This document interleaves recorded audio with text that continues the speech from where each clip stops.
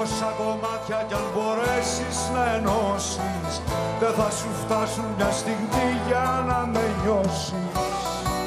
Στα είπα όλα, φύλλα με τώρα. Κύριε Ιωάννου, έχετε πάρα πολλές ιδιότητες, ωστόσο μάλλον επιλέγετε ως γενεσιουργό σας τόπο, θα λέγαμε, το τραγούδι, νομίζω. Σε μια εποχή και σε μια γειτονιά που γεννήθηκα που θα μπορούσα πολύ εύκολα να χαθώ, το τραγούδι με μάζεψε από τον δρόμο. Εγώ γεννήθηκα στα Πατήσια. Έπαιζα στις γειτονιές αυτές γύρω από τη Φιλής. Έπεφτε η μπάλα μας μέσα στους οίκους ανοχής. Μπαίναμε μέσα, παίρναμε την μπάλα, μιλάγαμε με την κοπέλα, παίρναμε την μπάλα, φεύγαμε, ήταν κάτι φυσιολογικό. Πάρα πολλά παιδιά από εκείνες τις γειτονιές έμπλεξαν με περαία πράγματα μετά. Δεν ξέρω πώς έγινε. Αισθάνθηκα δηλαδή σαν ένα χέρι να με τραβάει. Αυτό που είπα και πριν, να μαζεύει από τον δρόμο για να μου λέει: έλα εδώ πέρα κάτι υπάρχει, είναι κάτι ωραίο. Και ήταν το τραγούδι. Ξέρει, αν μπορούσε, θα κάνε μία απ' τα ίδια. Αλλά τι νόημα έχει το όνειρο, χωρίς μικρές νοθείες.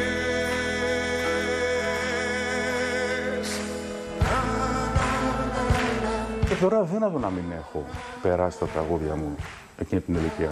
Που παρά το γεγονός ότι υπήρχε πάρα πολύ μεγάλη ανέχεια, τη θυμάμαι με πολύ τρυφερότητα. Δεν θυμάμαι κανένα τραύμα.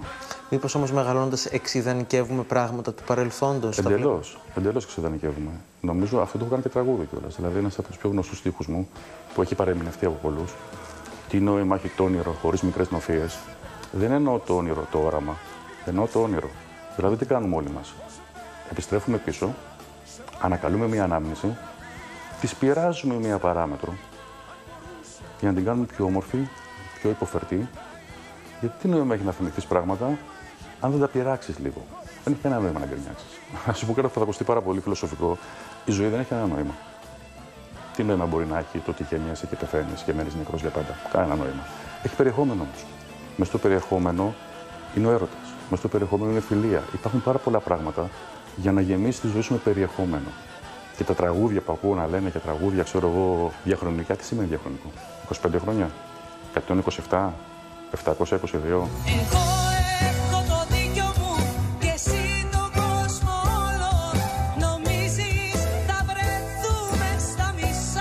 Έχετε προσφέρει όμως πολύ μεγάλα τραγούδια. Πάρε δύο πολύ γνωστά μου τραγούδια. Το Δίκιο μου και το Στα είπα όλα. Πάρτα και πάρτα δίπλα στην Τραπετσόνα του Μίκη και Σαριανή του Τσαρχάκου. Οπότε δεν αισθάνομαι αυτό που λες. Ότι έχω γράψει μεγάλα τραγούδια.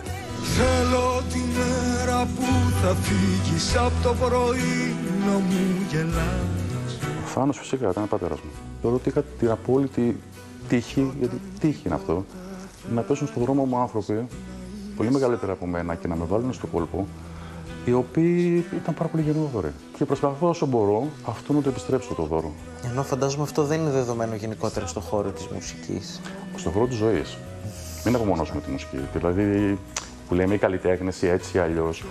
Οι καλλιτέχνες είναι καλλιτέχνες όταν γράφουν. Στο υπόλοιπο δεν είναι καλλιτέχνες. Πάνε τα παιδιά του στο σχολείο, περιμένουν να τα πάρουν, κάθονται σε μια ώρα να πληρώσουν τον λογαριασμό. Ένας καλλιτέχνης, όταν γράφει κάτι πάρα πολύ καλό, ένα βιβλίο, ένα τραγούδι κτλ., εκείνη τη στιγμή έχει πιάσει το δεκαράκι του. Έχει πιάσει το 10. Η ζωή μας δεν είναι γεμάτη με δεκαράκια. Η δικιά μου ζωή είναι γεμάτη με διαράκια, με τριαράκια. Έχω πάρα πολλές φτύνιες. Άφησέ με να είμαι μικρός στις μικρές μου στιγμές και να με χαίρεσαι όταν είμαι μεγάλος στις μεγάλες μου. Άλλη μια μάχη νικημένος στα σημεία. Εκείνο που μπορώ να σου με βεβαιότητα είναι ότι έχω κρύψει μέσα σε στίχους μου και σκοτεινιές μου και πάθη μου και εξαρτήσεις μου καλυμμένες. Ο δικός μου ρόλος είναι να γίνω το φίλτρο ξένων ζωών. Ξένες ζωές παίρνω και τις επιστρέφω. Αλλήμον αν είχα ζήσει τόσο συναρπαστική ζωή, δεν έχω ζήσει.